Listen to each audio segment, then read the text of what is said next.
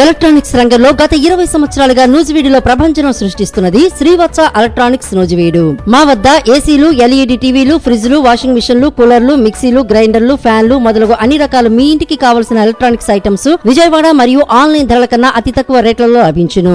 Airtel, DTH, Airtel, Jio, air fibre net authorised dealer. అన్ని కంపెనీల టీవీలకు, ఏసీలకు రిమోట్లు లభించును. సులభ వాయిదాల పద్ధతిలో ఈఎంఐ సౌకర్యం కలదు. విచ్చేయండి శ్రీవత్స ఎలక్ట్రానిక్స్, పొట్టి శ్రీరాములు బొమ్మ సెంటర్, మెయిన్ రోడ్, నూజివీడు.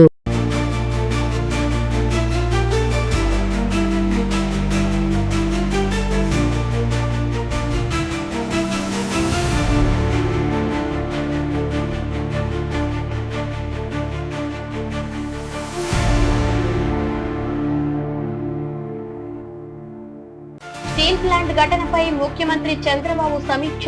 క్షతగాత్రులకు మెరుగైన వైద్యం అందించాలని ఆదేశం. కేంద్ర మంత్రి కుమారస్వామితో మాట్లాడిన సీఎం. ఆంధ్రప్రదేశ్ లో ఇటీవలి చోటు చేసుకున్న స్టీల్ ప్లాంట్ ఘటనపై ముఖ్యమంత్రి చంద్రబాబు అత్యవసరంగా సమీక్ష నిర్వహించారు. ఘటనలో గాయపడిన వారికి అత్యుత్తమ వైద్య సేవలు అందించాలని అధికారులను ఆదేశించారు. బాధిత కుటుంబాలకు అన్ని విధాలా అండగా నిలవాలని సూచించారు. పరిస్థితిని ఎప్పటికప్పుడు పర్యవేక్షిస్తూ అవసరమైన చర్యలు తీసుకోవాలని స్పష్టం చేశారు. స్టీల్ ప్లాంట్ లో జరిగిన ఈ ఘటన రాష్ట్ర వ్యాప్తంగా ఆందోళనకు గురిచేసింది. సంఘటన విషయం తెలిసిన వెంటనే ముఖ్యమంత్రి సంబంధిత అధికారులతో మాట్లాడి పూర్తి వివరాలు తెలుసుకున్నారు. ఘటనకు దారితీసిన పరిస్థితులు, గాయపడిన వారి ఆరోగ్య పరిస్థితి, సహాయక చర్యల పురోగతి వంటి అంశాలపై నివేదిక కోరారు. గాయపడిన వారిని సమీప ఆసుపత్రులకు తరలించి చికిత్స అందిస్తున్నట్లు అధికారులు సీఎంకు వివరించారు. అవసరమైతే మెరుగైన వైద్య సేవల కోసం ప్రత్యేక వైద్య బృందాలను కూడా అందుబాటులోకి ఉంచాలని చంద్రబాబు ఆదేశించారు. ఎలాంటి ఖర్చైనా వెనకడు వేయకుండా చికిత్స అందించాలని స్పష్టం చేశారు. ఈ ఘటన నేపథ్యంలో కేంద్ర ఉక్కు శాఖ మంత్రి కుమారస్వామితో ముఖ్యమంత్రి చంద్రబాబు ఫోన్ లో మాట్లాడారు. పరిస్థితిని వివరించి బాధితులకు అవసరమైన సహాయం అందించాలని కోరారు. కేంద్ర ప్రభుత్వం తరపున కూడా అవసరమైన సహకారం అందించాలని విజ్ఞప్తి చేశారు. కుమారస్వామి కూడా ఘటనపై ఆందోళన వ్యక్తం చేస్తున్నట్లు సమాచారం. బాధితులకు అవసరమైన వైద్య సేవలు, సాంకేతిక సహాయం అందించేందుకు కేంద్రం సిద్ధంగా ఉందని ఆయన హామీ ఇచ్చినట్లు తెలుస్తోంది. రాష్ట్ర ప్రభుత్వం సమన్వయం కొనసాగిస్తామని తెలిపారు. స్టీల్ ప్లాంట్ లో భద్రతా ప్రమాణాలు అత్యంత కీలకమని నిపుణులు చెబుతున్నారు. వేలాది మంది కార్మికులు పనిచేసే పరిశ్రమల్లో ప్రతి దశలో జాగ్రత్తలు అవసరమని పేర్కొంటున్నారు. ఈ ఘటన నేపథ్యంలో భద్రతా చర్యలు మరింత బలోపేతం చేయాల్సిన అవసరం ఉందని అభిప్రాయపడుతున్నారు. ముఖ్యమంత్రి అధికారులకు స్పష్టమైన సూచనలు చేశారు. ఘటన జరిగిన ప్రాంతంలో పరిస్థితిని పూర్తిగా పరిశీలించాలని, భవిష్యత్తులో ఎలాంటి ఘటనలు జరగకుండా అవసరమైన చర్యలు తీసుకోవాలని చెప్పారు. భద్రతా వ్యవస్థపై సమగ్ర నివేదిక సమర్పించాలని ఆదేశించారు. ఆసుపత్రిలో చికిత్స పొందుతున్న బాధితుల ఆరోగ్య పరిస్థితిపై ప్రత్యేక పర్యవేక్షణ కొనసాగుతుంది. వైద్యులు నిరంతరం పరీక్షలు నిర్వహిస్తూ చికిత్స అందిస్తున్నారు. గాయాలు తీవ్రతను బట్టి అవసరమైన వైద్య సదుపాయాలు కల్పిస్తున్నట్లు సమాచారం. బాధిత కుటుంబాలకు ప్రభుత్వం అన్ని విధాలా అండగా ఉంటుందని అధికారులు తెలిపారు. వారికి అవసరమైన సహాయం అందించేందుకు జిల్లా యంత్రాంగాన్ని అప్రమత్తం చేశారు. కుటుంబ సభ్యులతో నిరంతరం సంప్రదింపులు కొనసాగిస్తున్నారు. పరిశ్రమల అభివృద్ధితో పాటు కార్మికుల భద్రతకు కూడా సమాన ప్రాధాన్యం ఇవ్వాలని ప్రభుత్వం భావిస్తోంది. రాష్ట్రంలో ఉన్న అన్ని ప్రధాన పరిశ్రమల్లో భద్రతా ప్రమాణాలు అమలుపై ప్రత్యేక తనిఖీలు నిర్వహించే అవకాశాలు ఉన్నట్లు తెలుస్తోంది. కార్మిక సంఘటనల ప్రతినిధులు బాధితులకు మెరుగైన వైద్యం అందించాలని కోరుతున్నారు. గాయపడిన వారు త్వరగా కోలుకోవాలని ఆకాంక్షిస్తున్నారు. భద్రతా ప్రమాణాలు అమలుపై మరింత దృష్టి పెట్టాలని సూచిస్తున్నారు. జిల్లా అధికారులు ఘటనా స్థలాన్ని సందర్శించి పరిస్థితిని సమీక్షిస్తున్నారు. సహాయక చర్యలు పురోగతిని పరిశీలిస్తున్నారు. అత్యవసర సేవలు అందించేందుకు ప్రత్యేక బృందాలు పనిచేస్తున్నట్లు తెలిపారు. ముఖ్యమంత్రి చంద్రబాబు మాట్లాడుతూ మానవ ప్రాణాల కంటే విలువైనది ఏదీ లేదని పేర్కొన్నారు. బాధితుల ఆరోగ్య పరిస్థితి అత్యంత ముఖ్యమని అన్నారు. వైద్య సేవల విషయంలో ఎలాంటి లోపాలు ఉండకూడదని అధికారులు హెచ్చరించారు. వేలాది మంది ప్రత్యక్షంగా, పరోక్షంగా ఉపాధి పొందుతున్నారు. ఈ నేపథ్యంలో పరిశ్రమల భద్రతపై ప్రభుత్వం ప్రత్యేక శ్రద్ధ చూపుతున్నట్లు అధికారులు వెల్లడించారు. వైద్య బృందాలు గాయపడిన వారి ఆరోగ్య పరిస్థితిని ఎప్పటికప్పుడు పరిశీలిస్తున్నాయి.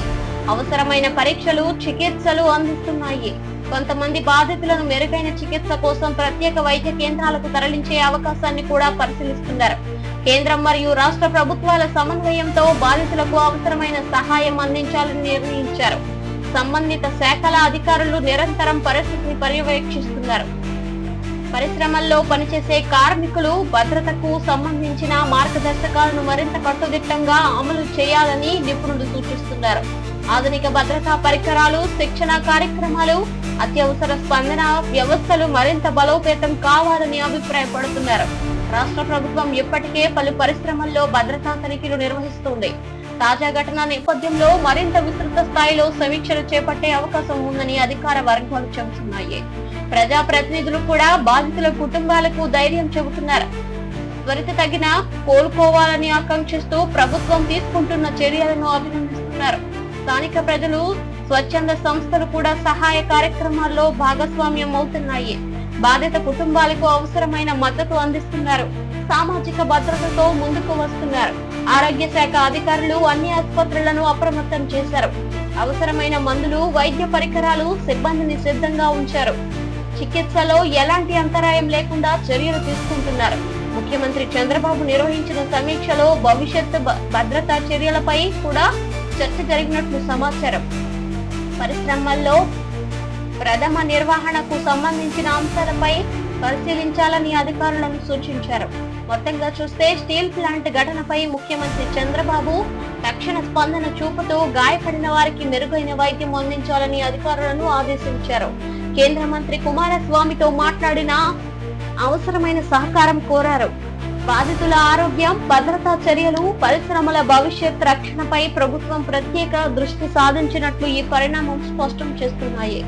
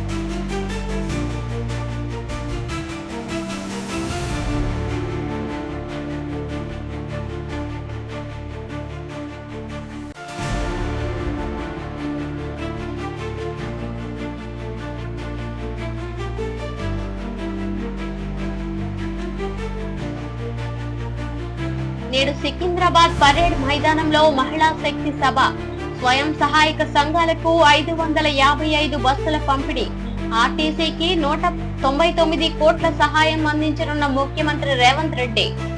తెలంగాణ రాష్ట్రంలో మహిళా సాధికారత, గ్రామీణాభివృద్ధి మరియు ప్రజా రవాణా బలోపేతానికి సంబంధించిన ఒక ముఖ్యమైన కార్యక్రమం నేడు సికింద్రాబాద్ పరేడ్ మైదానంలో జరగనుంది.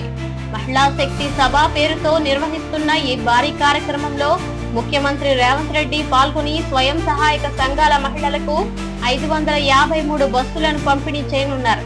అదే సమయంలో తెలంగాణ రాష్ట్ర రోడ్డు రవాణా సంస్థ అయిన ఆర్టీసీకి 199 కోట్ల ఆర్థిక సహాయాన్ని కూడా అందించనున్నట్లు ప్రభుత్వం ప్రకటించింది. ఈ కార్యక్రమం రాష్ట్ర వ్యాప్తంగా ప్రత్యేక ప్రాధాన్యం సంతరించుకుంది. మహిళలను ఆర్థికంగా మరింత బలోపేతం చేయడం, స్వయం ఉపాధి అవకాశాలను పెంచడం, గ్రామీణ ప్రాంతాల్లో మహిళల పాత్రను మరింత విస్తరించడం లక్ష్యంగా ఈ కార్యక్రమాన్ని నిర్వహిస్తున్నట్లు అధికారులు తెలిపారు. తెలంగాణలో స్వయం సహాయక సంఘాల ఉద్యమం అనేక సంవత్సరాలుగా విజయవంతంగా కొనసాగుతోంది. లక్షలాది మంది మహిళలు ఈ సంఘాల ద్వారా పొదుపు, స్వయం ఉపాధి, చిన్న వ్యాపారాలు, కుటుంబ ఆర్థికాభివృద్ధి వంటి రంగాల్లో ముందుకు సాగుతున్నారు. ఈ నేపథ్యంలో బస్సుల పంపిణీ కార్యక్రమం మహిళలకు కొత్త అవకాశాలను కల్పిస్తుందని ప్రభుత్వం భావిస్తోంది. మహిళా సంఘాలకు అందజేయనున్న 553 బస్సులు గ్రామీణ ప్రాంతాల్లో రవాణా సేవలను మెరుగుపరచడంలో కీలక పాత్ర పోషిస్తున్నాయి. ఈ బస్సుల నిర్వహణలో మహిళా భాగస్వామ్యం పెరగడం, ఆదాయ వనరులను కూడా విస్తరించే అవకాశం ఉందని అధికారులు చెబుతున్నారు. ముఖ్యమంత్రి రేవంత్ రెడ్డి మహిళా అభివృద్ధికి ప్రభుత్వం అత్యంత ప్రాధాన్యం ఇస్తోందని పలు సందర్భాల్లో పేర్కొన్నారు. మహిళలు ఆర్థికంగా బలపడితే కుటుంబం, గ్రామం, సమాజం అభివృద్ధి చెందుతుందని ఆయన అభిప్రాయపడుతున్నారు. ఈ కార్యక్రమం కూడా అదే దిశగా ఒక ముఖ్యమైన అడుగుగా భావిస్తున్నారు. సికింద్రాబాద్ పరేడ్ మైదానంలో నిర్వహిస్తున్న మహిళా శక్తి సభకు రాష్ట్రంలో వివిధ జిల్లాల నుంచి వేలాది మంది మహిళలు హాజరు కానున్నారు. స్వయం సహాయక సంఘాల సభ్యులు, ప్రజా ప్రతినిధులు, అధికారులు మరియు వివిధ రంగాలకు చెందిన ప్రముఖులు కూడా పాల్గొనే అవకాశం ఉంది. ఆర్టీసీకి అందిస్తున్న 199 కోట్ల ఆర్థిక సహాయం కూడా ఈ కార్యక్రమంలో ముఖ్యాంశంగా నిలవనుంది. ప్రజా రవాణా వ్యవస్థను మరింత బలోపేతం చేయడానికి ప్రభుత్వం తీసుకుంటున్న చర్యల్లో ఇది ఒక భాగమని అధికారులు వివరించారు. తెలంగాణ ఆర్టీసీ రాష్ట్ర ప్రజలకు కీలక సేవలను అందిస్తోంది. పట్టణాలు, గ్రామాలు, దూర ప్రాంతాలను అనుసంధానం చేస్తూ లక్షలాది మంది ప్రయాణికులకు సేవలందిస్తోంది. ఈ నేపథ్యంలో ఆర్టీసీ ఆర్థిక స్థిరత్వం కోసం ప్రభుత్వం సహకారం అందించడం ప్రాధాన్యం సంతరించుకుంది. రవాణా రంగ నిపుణుల అభిప్రాయం ప్రకారం ఆర్టీసీకి అందించే ఆర్థిక సహాయం ద్వారా సేవల నాణ్యత మెరుగుపడే అవకాశం ఉంది. కొత్త రవాణాల కొనుగోలు, నిర్వహణ, సాంకేతిక అభివృద్ధి వంటి అంశాలకు ఇది ఉపయోగపడవచ్చని వారు చెబుతున్నారు. స్వయం సహాయక సంఘాలు, మహిళలు కూడా ఈ కార్యక్రమంపై ఆనందం వ్యక్తం చేస్తున్నారు. బస్సుల పంపిణీ ద్వారా ఉపాధి అవకాశాలు పెరుగుతాయని, తమ సంఘాల కార్యకలాపాలు మరింత విస్తరించవచ్చని ఆశాభావం వ్యక్తం చేస్తున్నారు. గ్రామీణ ప్రాంతాల్లో మహిళా భాగస్వామ్యంతో నడిచే ఆర్థిక కార్యకలాపాలు ఇటీవలి కాలంలో గణనీయంగా పెరిగాయి. వ్యవసాయం, పాడి పరిశ్రమ, చిన్న వ్యాపారాలు, సేవా రంగాల్లో మహిళలు ముందంజలో ఉన్నారు. ఇప్పుడు రవాణా రంగంలో కూడా మహిళల పాత్ర పెరగడం విశేషంగా భావిస్తున్నారు.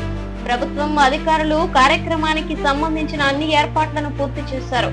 సభ ప్రాంగణంలో పాల్గొనే మహిళలకు అవసరమైన సౌకర్యాలు కల్పించారు. భద్రతా ఏర్పాట్లు కూడా కట్టుదిట్టంగా నిర్వహిస్తున్నారు. మహిళా సాధికారతకు తెలంగాణ ప్రభుత్వం చేపడుతున్న కార్యక్రమాలు దేశవ్యాప్తంగా గుర్తింపు పొందుతున్నాయని అధికార వర్గాలు చెబుతున్నాయి. స్వయం సహాయక సంఘాల ద్వారా మహిళలకు ఆర్థిక స్వావలంబన కల్పించే ప్రయత్నాలు కొనసాగుతున్నాయని పేర్కొంటున్నారు. ఆర్థిక నిపుణుల అభిప్రాయం ప్రకారం మహిళలకు ఆదాయ అవకాశాలు పెరగడం రాష్ట్ర ఆర్థికాభివృద్ధికి కూడా దోహదపడుతుంది. కుటుంబాల ఆదాయం పెరగడం వల్ల గ్రామీణ ఆర్థిక వ్యవస్థలో చైతన్యం పెరుగుతుందని వారు చెబుతున్నారు. బస్సుల పంపిణీ ద్వారా గ్రామీణ రవాణా సేవలు మెరుగుపడే అవకాశం ఉందని స్థానిక ప్రజలు భావిస్తున్నారు. ముఖ్యంగా మారుమూల ప్రాంతాల్లో ప్రయాణ సౌకర్యాలు పెరిగితే ప్రజలకు మేలు జరుగుతుందని చెబుతున్నారు. మహిళా సంఘాల నాయకులు మాట్లాడుతూ ప్రభుత్వం అందిస్తున్న సహకారం తమకు మరింత ఉత్సాహాన్ని ఇస్తోందని తెలిపారు. కొత్త అవకాశాలను సద్వినియోగం చేసుకునే సంఘాలను మరింత బలోపేతం చేస్తామని చెప్పారు. ఆర్టీసీ అధికారులు కూడా ప్రభుత్వ సహాయాన్ని స్వాగతించారు. ప్రజలకు మరింత మెరుగైన సేవలు అందించేందుకు ఈ నిధులు ఉపయోగపడతాయని అభిప్రాయపడుతున్నారు. రవాణా సేవలు విస్తరించడానికి ఇది దోహదపడుతుందని పేర్కొంటున్నారు. రాష్ట్ర ప్రభుత్వం గ్రామీణాభివృద్ధి, మహిళా సంక్షేమం, ఉపాధి కల్పన, ప్రజా రవాణా బలోపేతం వంటి అంశాలకు సమాన ప్రాధాన్యం ఇస్తోంది. మహిళా శక్తి సభలో ప్రకటించే కార్యక్రమాలు ఈ లక్ష్యాలను మరింత ముందుకు తీసుకువెళ్తాయని అధికారులు భావిస్తున్నారు. ముఖ్యమంత్రి రేవంత్ రెడ్డి సభలో మహిళల అభివృద్ధికి సంబంధించిన పలు అంశాలపై ప్రసంగించే అవకాశం ఉంది. ప్రభుత్వం అమలు చేస్తున్న సంక్షేమ కార్యక్రమాలు, భవిష్యత్ ప్రణాళికలు, మహిళా భాగస్వామ్యం వంటి అంశాలపై వివరించే అవకాశం ఉందని రాజకీయ వర్గాలు చెబుతున్నాయి. స్వయం సహాయక సంఘాల విజయగాథలు తెలంగాణ అభివృద్ధి ప్రయాణంలో ఒక ముఖ్య అధ్యయనంగా నిలిచాయని నిపుణులు పేర్కొంటున్నారు. మహిళలు స్వయం ఉపాధి ద్వారా సాధించిన పురోగతి ఇతరులకు కూడా ఆదర్శంగా నిలుస్తోందని చెబుతున్నారు. మొత్తంగా చూస్తే నేడు సికింద్రాబాద్ పరేడ్ మైదానంలో జరుగుతున్న మహిళా శక్తి సభ తెలంగాణలో మహిళా సాధికారతకు మరో ముఖ్యమైన వేదికగా నిలవనుంది. స్వయం సహాయక సంఘాలకు 553 బస్సుల పంపిణీ, ఆర్టీసీకి 199 కోట్ల సహాయం అందజేత వంటి కార్యక్రమాలు మహిళా అభివృద్ధికి, ప్రజా రవాణా బలోపేతం మరియు గ్రామీణ ఆర్థిక పురోగతికి దోహదపడే చర్యలుగా భావిస్తున్నారు.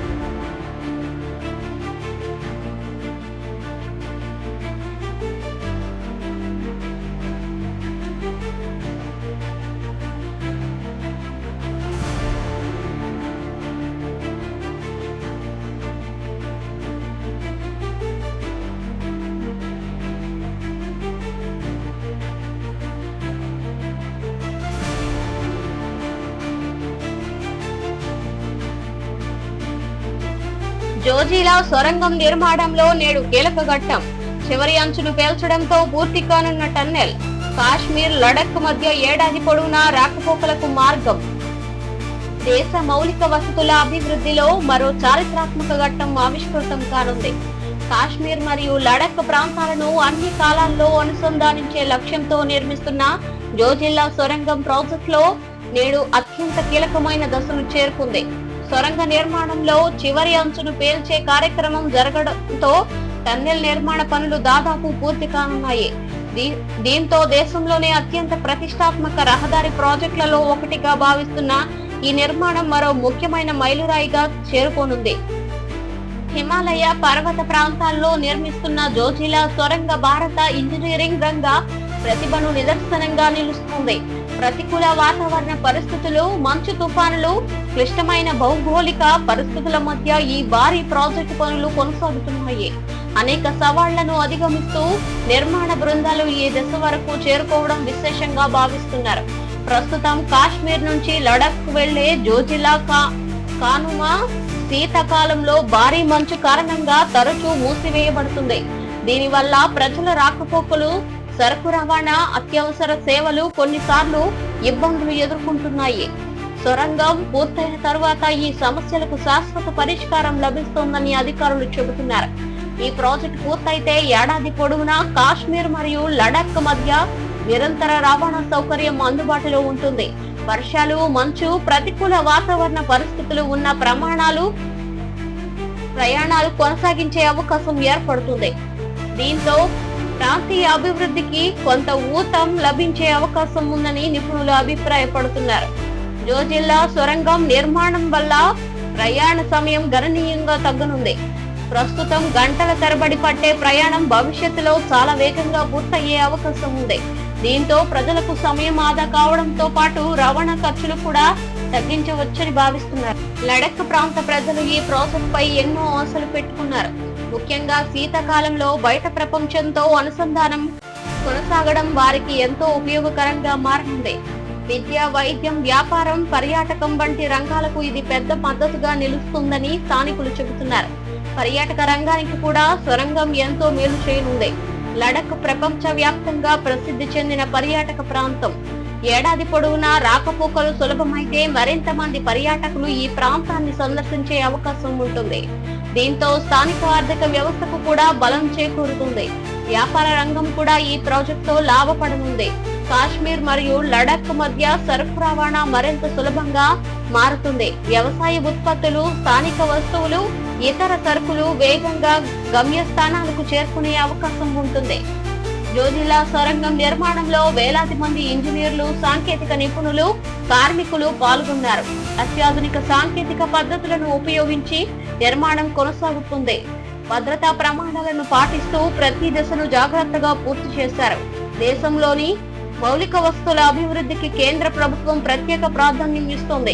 రహదారులు, వంతెనలు, సొరంగాలు, రైల్వేలు, విమానాశ్రయాల అభివృద్ధికి భారీ పెట్టుబడులు కేటాయిస్తోంది.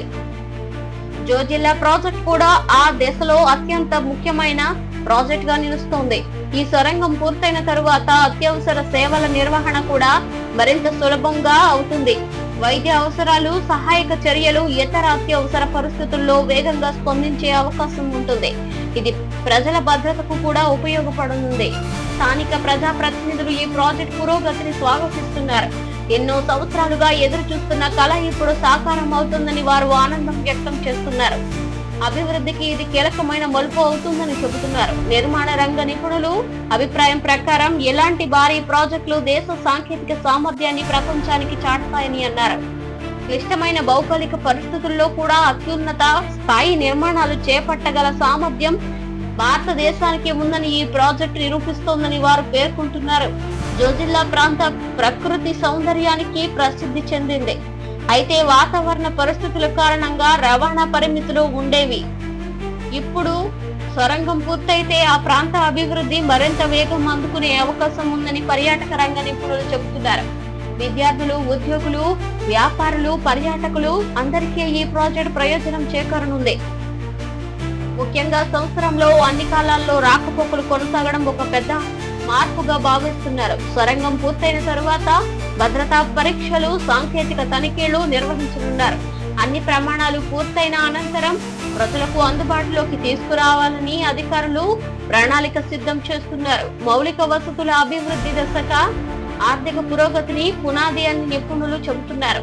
రవాణా వ్యవస్థ బలోపేతం కావడం వల్ల పెట్టుబడులు, వ్యాపారం, పర్యాటకం వంటి రంగాలు వేగంగా అభివృద్ధి చెందుతాయని వారు అభిప్రాయపడుతున్నారు. జోజిల్లా సొరంగం భవిష్యత్తులో ఉత్తర భారతదేశ అభివృద్ధికి కీలక కేంద్రంగా మారే అవకాశం ఉందని పరిశీలకులు భావిస్తున్నారు. ప్రాంతాల మధ్య దూరాలను తగ్గించి అభివృద్ధి అవకాశాలను పెంచే ప్రాజెక్టుగా ఇది నిలవనుంది. ప్రస్తుతం జరుగుతున్న చివరి అంచు పేల్చివేత కార్యక్రమం నిర్మాణంలో అత్యంత ముఖ్యమైన ఘట్టంగా పరిగణిస్తున్నారు. ఈ దశ పూర్తయిన తరువాత మిగిలిన పనులు వేగంగా పూర్తయ్యే అవకాశం ఉందని అధికారులు చెబుతున్నారు. ప్రజల్లో కూడా ఈ ప్రాజెక్ట్ పై విశేష ఆసక్తి కనిపిస్తోంది. దేశ అభివృద్ధికి సంబంధించిన ఒక గొప్ప నిర్మాణ విజయంగా దీన్ని భావిస్తున్నారు. హిమాలయాల్లో నిర్మిస్తున్న ఈ సొరంగం భారత ఇంజనీరింగ్ ప్రతిభకు గుర్తుగా నిలుస్తుందని అభిప్రాయపడుతున్నారు. మొత్తంగా చూస్తే జోజిల్లా సొరంగ నిర్మాణంలో నేడు జరుగుతున్న చివరి అంచు పేల్చివేత కార్యక్రమం దేశ మౌలిక వసతుల రంగంలో ఒక చారిత్రాత్మక ఘట్టంగా నిలవనుంది. కాశ్మీర్ మరియు లడాక్ మధ్య ఏడాది పొడవునా రాకపోకల మార్గం సుగమం చేసే ఈ ప్రాజెక్టు ప్రాంతీయ అభివృద్ధి, పర్యాటకం, వ్యాపారం, ప్రజల జీవన ప్రమాణాల మెరుగుదలకు ఎంతో దోహదపడుతుందని ఆశాభావం వ్యక్తమవుతోంది.